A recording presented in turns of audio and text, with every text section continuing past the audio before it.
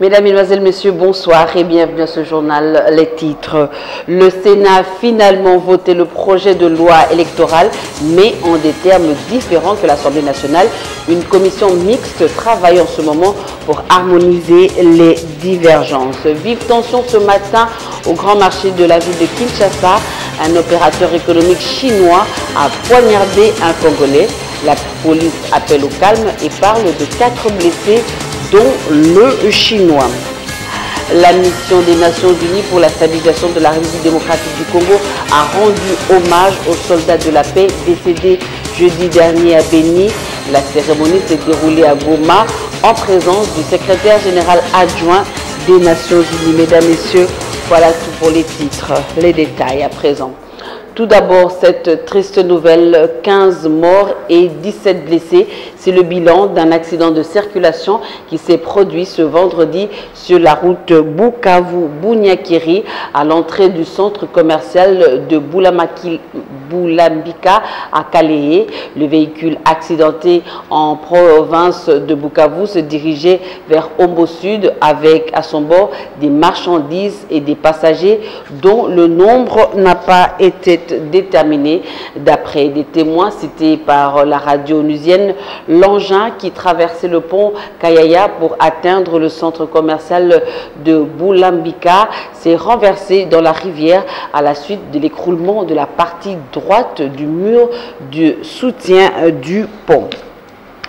Retour à Kinshasa, le Sénat a adopté ce vendredi le projet de la loi électorale, contrairement à l'Assemblée nationale qui avait retenu le seuil de représentativité au niveau national. La Chambre haute retient le seuil de représentativité d'1%, mais au niveau de la circonscription. Pour les 70 sénateurs présents, 11 ont voté contre 2 qui se sont abstenus. Une commission paritaire des 2 chambres du Parlement travaille en ce moment pour harmoniser les divergences conformément à la Constitution. Faute de compromis, la version de l'Assemblée nationale primera sur celle du Sénat conformément à la Constitution. Les détails à suivre dans nos prochaines éditions d'information. Je le disais dans les titres, les habitants de plusieurs communes de la ville de Kinshasa ont répondu favorablement à l'appel de l'Église catholique en faisant du bruit hier jeudi. Cloches des paroisses, klaxons, vuvuzelas, sifflets ont retenti pendant quelques minutes dans plusieurs quartiers de Kinshasa à l'appel de l'Église catholique pour exiger l'application effective de la Saint-Sylvestre. Toujours dans l'actualité, le Parti du Peuple pour la Reconstruction et la Démocratie a tenu ce vendredi son café politique. Ce rendez-vous hebdomadaire est une initiative du professeur Henri Movasakani depuis sa nomination au poste de secrétaire général du parti au pouvoir. Pour comprendre le sens de ces rencontres, les précisions avec notre envoyé spécial Félix Ilunga qui était sur place. Suivez. Nous sommes à Maïcha Park, au cœur de la capitale congolaise. Ici se tient le café politique du Parti du Peuple pour la Reconstruction et la Démocratie. Nous sommes venus à la source pour en savoir un peu plus. C'est quoi le café politique? Depuis l'accession du professeur Henri Movasakani au poste de secrétaire général que cette messe a été initiée. Voilà pourquoi nous sommes venus ici pour nous enquérir auprès des cadres de ce parti pour nous expliquer un peu de manière détaillée ce que c'est le café politique. Bonjour monsieur. Bonjour. Depuis un certain temps, vous êtes devenu accro au café politique organisé par le Parti du Peuple pour la Reconstruction et la Démocratie. Est-ce que vous pouvez nous en donner les raisons? Oui, les cafés politiques au Parti du Peuple, pour nous, depuis l'avènement de son Excellence, le camarade secrétaire général Yomova, c'est une école du parti où chaque vendredi, c'est devenu pour nous une coutume, où on se rencontre, il nous enseigne sur les valeurs fondamentales d'un parti politique, il commente avec nous ensemble l'actualité qui se présente aujourd'hui au sein de notre société, mais aussi le fonctionnement de notre parti politique. Quel est le sens de cette rencontre? Merci pour la question. Je peux vous dire avec précision que le café politique pour le PPRD est le lieu d'échange. Le lieu d'échange qui permet à ce que le haut responsable du parti communique avec la base, avec les cadres du parti, pour pouvoir baliser le chemin d'un dialogue franc entre militants. Ça a toujours existé, mais le fait de placer le café politique tous les vendredis, c'est devenu monnaie courante. Et en quelque sorte, le café politique, si on n'a pas bien compris, si on n'y a jamais assisté, on ne peut pas comprendre que c'est l'illustration même de l'école du parti.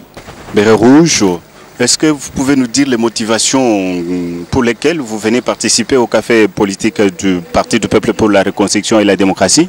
Parce que c'est un moment de partage, un moment où la direction nationale de notre parti nous donne la ligne politique du parti, la ligne à suivre, la conduite à suivre par rapport aux différents faits d'actualité. Pour l'instant, le message et l'ordre du jour, sont les élections et nous sommes en train justement de pouvoir nous ranger en ordre de bataille pour que les jeunes se mobilisent davantage afin de pouvoir être électeurs et éligibles.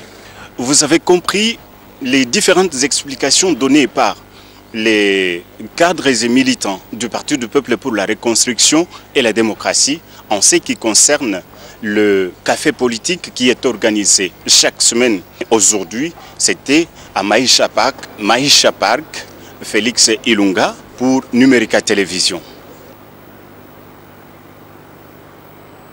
Autre chose, début ce vendredi de la publication des résultats de la session spéciale d'examen d'État organisée du 20 au 23 novembre dernier dans l'espace Grand Kassai. Dans un communiqué publié aujourd'hui, le ministre de l'Enseignement primaire et secondaire invite aux intéressés à contacter les partenaires de la téléphonie cellulaire.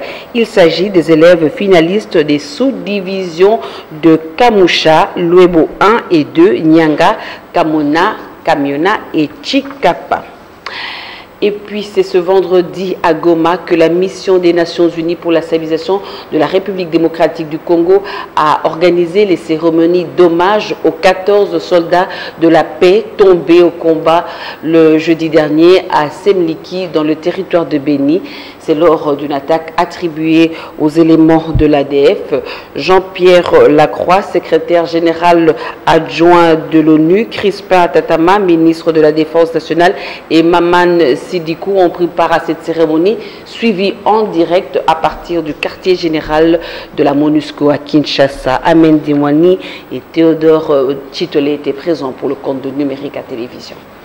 À Kinshasa, cadre de la MONUSCO, soldats de la paix, certains invités ainsi que la presse se sont tous retrouvés au quartier général de la mission pour suivre en direct de Goma dans le Nord Kivu cette cérémonie d'hommage rendue en mémoire de 14 casques bleus tanzaniens morts au champ de bataille, armes en main,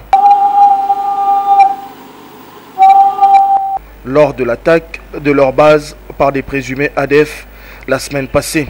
14 casques bleus tombés du coup, le drame n'est pas moindre. Voilà qui justifie la présence à cette cérémonie de l'adjoint du secrétaire général des Nations Unies et en charge les opérations de maintien de la paix. Du côté de la RDC, c'est le ministre de la Défense, Crispin Atama, qui a représenté le gouvernement à la cérémonie. Le patron de la MONUSCO, Maman Sidikou, tout en déplorant cet acte de barbarie, a réitéré la volonté de la mission onusienne contenue dans son mandat de poursuivre sa collaboration avec la RDC pour la protection des civils et l'éradication des mouvements négatifs et l'éradication des forces négatives. À Goma, tout comme à Kinshasa, c'est avec beaucoup d'émotion qu'on a assisté aux hommages rendus aux 14 casques bleus dont le corps seront rapatriés en Tanzanie pour des funérailles. La Cour pénale internationale a fixé ce vendredi à 10 millions de dollars le montant des réparations collectives destinées aux enfants soldats forcés à combattre dans la milice de l'ex-chef congolais de guerre Thomas Lubanga. Le montant des réparations collectives fixé par la CPI comprend à la fois la responsabilité de Thomas Lubanga concernant les 425 victimes présentées dans l'échantillon et sa responsabilité à l'égard de l'ensemble des autres victimes potentiellement éligibles, a déclaré le juge Marc Perrin de Brinchambault. Vous le savez, le chef de l'Union des patriotes congolais avait été condamné à 14 ans de prison. Il avait été reconnu coupable en 2012 d'avoir enrôlé des enfants en 2002 et 2003 en Ituri. Je vous le disais à l'ouverture de ce journal, panique ce matin au marché de Kinshasa. Là, à la base, un opérateur économique chinois a poignardé un citoyen congolais. En croire les témoins, le citoyen congolais rendait service aux Chinois. La victime se trouve à l'hôpital général de référence de Kinshasa, ex-Mamayemo, pour des soins. Jefté Tcholeni et Jires Chimanga pour quelques détails. Un climat malsain ce matin au grand marché de Kinshasa. La raison, un Congolais poignardé par un Chinois. Sur place, les Congolais expriment toute leur colère.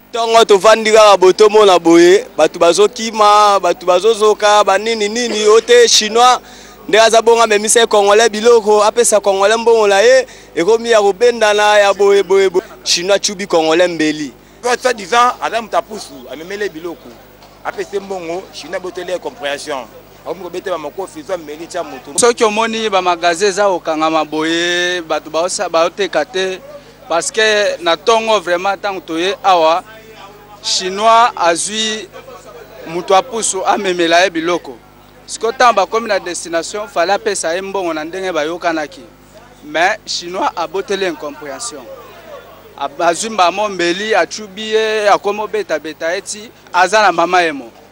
Entre-temps, quelques inciviques en ont profité pour en faire leur affaire. La population est menacée, tala nenga cassé magasin, ba piller, ba sali osengaki ba sala. Eza malamu te. Première déclaration officielle, celle du colonel Silvano Kasongo qui rassure sur l'état de santé du Congolais poignardé et que les Chinois seraient entre les mains de la police. À la police, on parle d'un bilan de 4 blessés, dont le Chinois. 2 voitures ont été endommagées. La victime attaquée par le Chinois se trouve à l'hôpital général de référence de Kinshasa, ex-Mamayemo, tandis que le Chinois, également blessé, se trouve dans un autre hôpital pour des soins. Le porte-parole de la police, le colonel Pierrot Mwanamputu, a été joint au téléphone par Tapi Luteno. Non, il n'y a pas eu mort. Il y a juste le Chinois. Le matin, Chinois Nang, des établissements Chawang et Yuan, qui au marché central a blessé à l'aide de son couteau, M. Kasek Moulenga, qui est présentement interné à l'hôpital général de référence de Kinshasa. Ils sont ensemble avec un certain M. Salah et Kambale. Il a 39 ans, il habite la commune de Kimbaseke. Il était blessé à l'épaule gauche. Donc, et M. Kaseke et M. Salah, tous ont été admis à l'hôpital général de référence de Kinshasa. Tandis que le Chinois, lui, est hospitalisé au centre de santé Diap. Au croisement de l'avenue à l'école et Lovinga. Il est aussi interné en compagnie de M. Dieu Merci. Au titre de bilan de chauffourée, il y a 4 personnes blessées, dont le Chinois et 3 Congolais. En termes de matériel abîmé, il y a 2 véhicules qui ont été endommagés. Donc une voiture Toyota qui a été calcinée complètement. Et puis une voiture Mercedes à Portland qui a été cassée et dont le conteneur a été vidé. Nous allons parler sport à présent avec cette bonne nouvelle. Onia Nancy de la République démocratique du Congo a remporté l'édition 2017 de l'Open de tennis Standard Bank de Maputo au Mozambique. Elle a battu en finale la Sud-Africaine Omar Fernandez 2-7-0, soit 6-4, 4-7 et 6-7. Ce sacre est pour moi un motif de satisfaction et d'encouragement à continuer le travail pour m'habituer au dur, a-t-elle déclaré. Toujours en sport avec cette fois-ci le football, l'SV Club va recevoir ce samedi à Kinshasa les Diables Rouges de la République du Congo. L'équipe nationale du Congo-Brazzaville, comme vous le savez, prépare le championnat d'Afrique des Nations prévu l'année prochaine. Les Diables Rouges séjournent depuis cet après-midi à Kinshasa. Hors de nos frontières, du 16 au 20 décembre, plus de 5000 délégués de l'ANC, partis au pouvoir en Afrique du Sud, vont se réunir pour élire leur prochain leader qui va succéder à Jacob Zuma.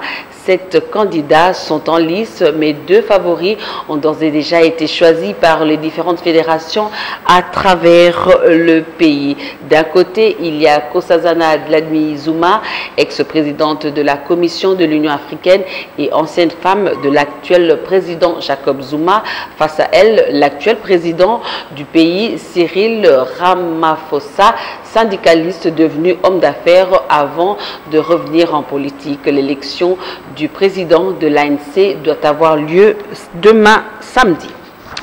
Mesdames, Messieurs, c'est par ici que nous mettons un terme à cette édition du journal. Merci de continuer à visiter notre page Facebook Numérica Télévision. Il ne me reste plus qu'à vous souhaiter bonne suite de programmes sur Numérica Télévision. Moi, je vous retrouve la semaine prochaine. Demain, c'est le JT Saba avec Amen Dimouani.